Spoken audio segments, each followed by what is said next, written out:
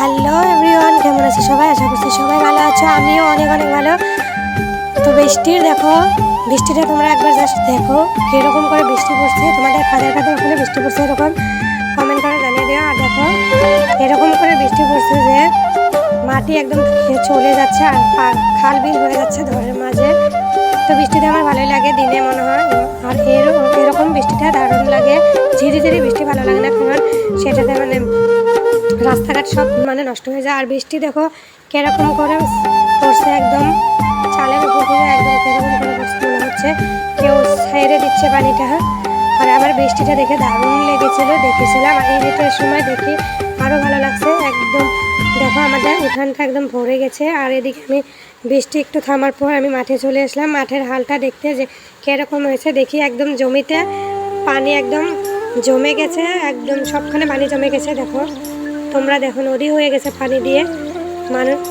অনেক চাষও করা হয়েছে জমিতে, সেগুলো নষ্ট হতে পারে। জানি না কী হবে, আজকে বৃষ্টি না ছাড়লে হয়তো নষ্ট হয়ে যেতে পারে।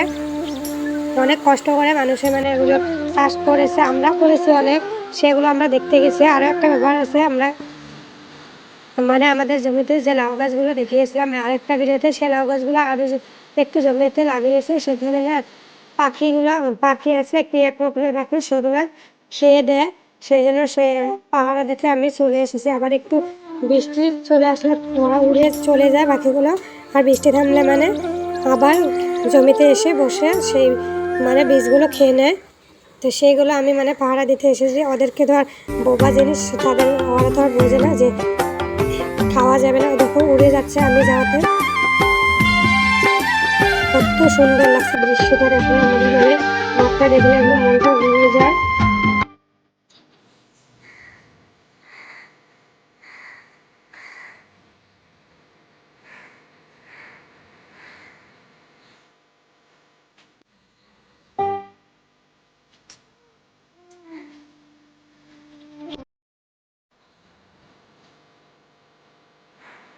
তো কেমন লাগলো আমার ভিডিওটা অবশ্যই কমেন্ট করে জানিয়ে দেওয়া, আর সাবস্ক্রাইব শেয়ার করে দেওয়া। টাটা, বাই বাই সবাইকে।